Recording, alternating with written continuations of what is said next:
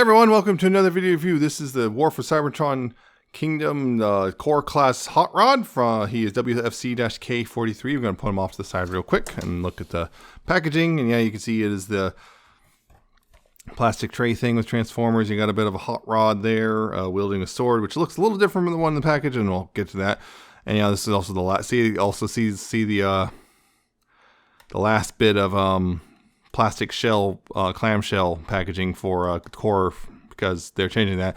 On the bottom you got a barcode, and on the back you have the product shots. On this side you have core class and transformers and authentic on that side. Yeah, but yeah, the product shots on the back and warnings and all that stuff here as well. Comes with instructions, but you know, it's pretty straightforward, so I don't feel like I even needed them, and I really didn't, because yeah, it's pretty straightforward to transform. Yeah, hot rod and a sword. Yeah, you can see hot rod in his core class, and he looks very much like a hot rod. You know, I mean, you know, he's a red car, silver, triple silver barrel, exhaust. Exhaust pipes. His big old yellow spoiler. He's got the canopy thing. He's got the little engine. Know a lot about Simple enough, but flames, all that stuff.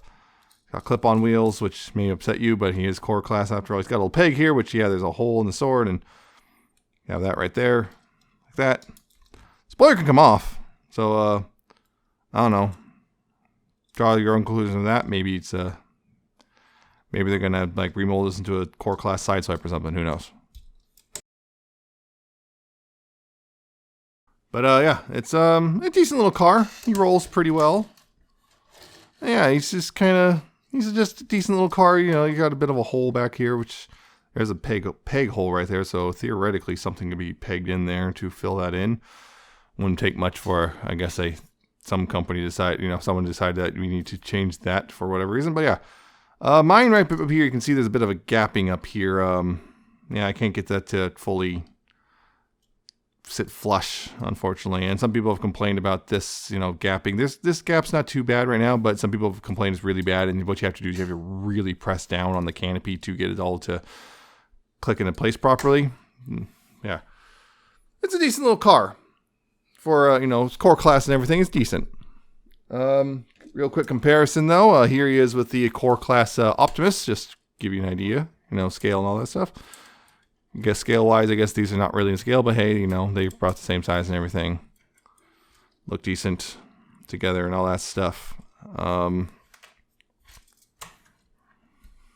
And I don't have a Combiner Wars Legends class hot rod, but I do have the Blackjack, so I guess that gives you a size comparison there, you know, between the two. If you have that and you're wondering, not a little bit smaller, but not that much, honestly. So you got that whole thing going on. It's a bit smaller, but not that much, or at least it won't. Yeah. So if you have a Combiner Wars hot rod, there you go. Yeah, transformation, pretty straightforward actually. You lift this up and do that. And this actually right here, I just want to put this up. You know, this reminds me of those old attack pack toys, if you remember those. You know, so like in those attack, but there'd be like teeth and stuff here, or whatever, like eyeballs or something, and you'd like squeeze the spoiler together and go nom nom nom nom. So yeah, that's bad. I just want to point that out. But yeah, you lift this up like that, and probably will split apart in the process. But yeah, lift that up and split this apart, and back here, you want to go ahead and split, untab all this stuff right here, including this. Yeah, untab this and bring this out. Yeah, the legs should split apart eventually. Yeah, because they tab in there together pretty good. You can go ahead and extend the leg out, and then bring this forward like that. Yeah, extend the leg out on both of them like that, and you can go ahead and collapse this all together like that. Collapse that down like that. Bring it back in, and then you can go ahead and take the arms here and untab them from the side and bring them down. Tap from the side and bring down, and this can come back in, and this will peg into a little hole in the back like that. And you pretty much have a hot rod here in his robot mode. And yeah, it's a pretty decent looking little robot overall, as I would say. You know, you got a little bit of orange and stuff here. You got his, he's got his flame chest. You got a little Autobot symbol. He's got silver face with blue eyes. It looks a little, honestly, it kind of looks a little goofy. I don't know what, maybe his eyes are too small or too spaced apart or something. But yeah, he looks a little goofy. Shoulders kind of hang low, but yeah, he's got little hands just red, and he's got detailing picked out, but no paint on it for that. Got a little orange size and everything, and yeah, he looks not too bad, honestly. He's not too bad. He's fine, honestly.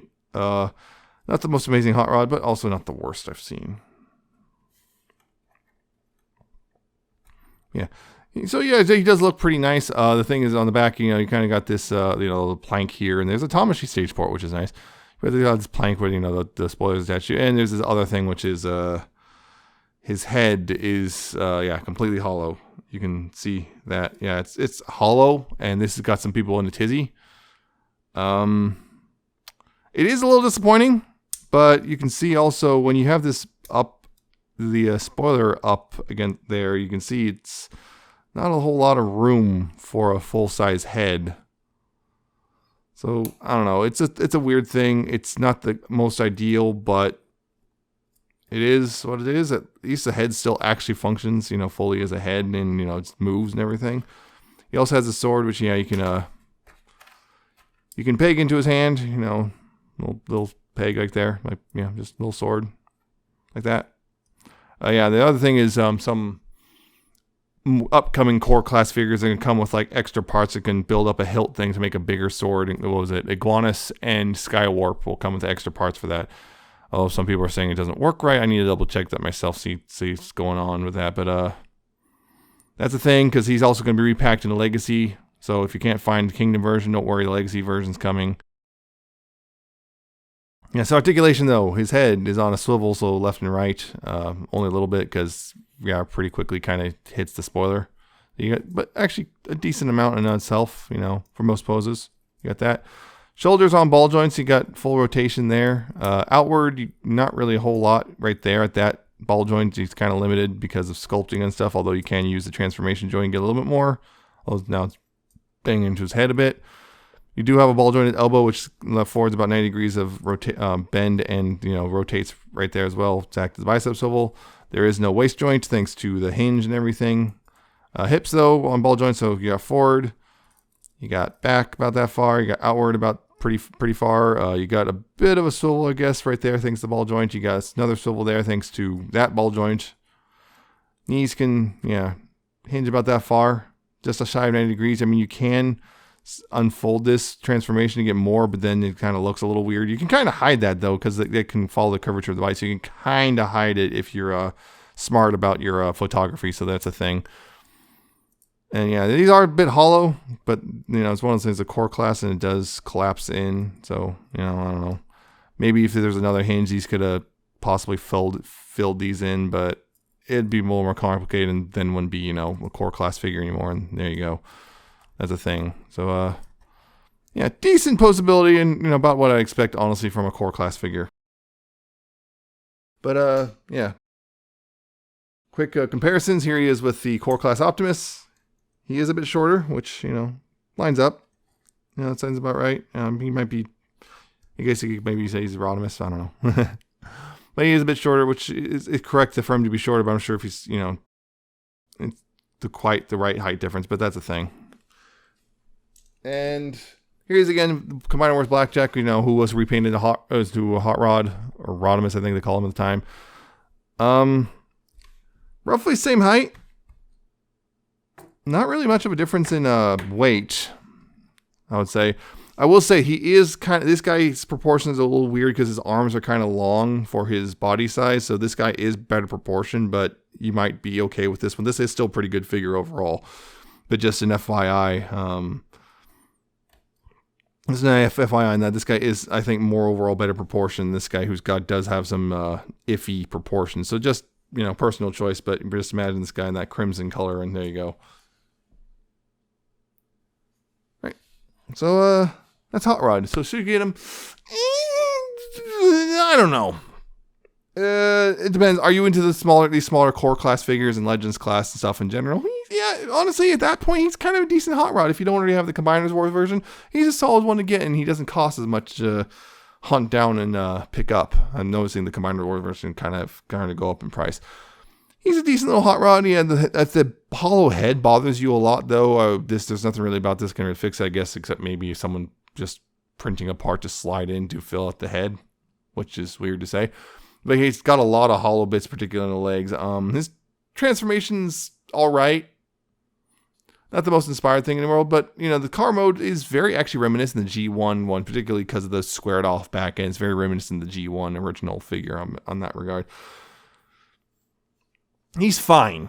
He's not the most amazing core class figure. Actually, I think at this point, the best one so far, actually, is probably Soundwave. Also like the Optimus, but yeah, this is it's an alright figure, but not worth going out of your way or paying over retail or anything. If you find him and you're interested, yeah, sure, why not? Pick him up. He should only be about $10, $11, but...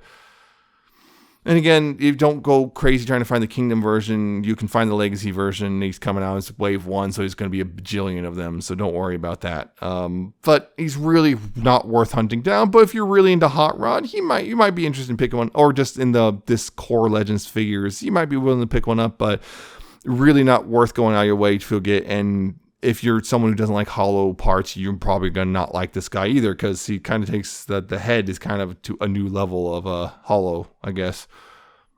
So that's the thing. He's fine. I like him, but I also like having a lot of hot rods, so take that for what you will. I guess that's it, though. He's fine if you like hot rods, just otherwise maybe just go ahead and skip him. But that's it for this figure. Hope you found this informative and entertaining. Hope you like, comment, subscribe. Check out my Twitter. I'm at Nemesis Prime 1, and check out my Coffee or my Patreon. And I'll see you next time with another video review.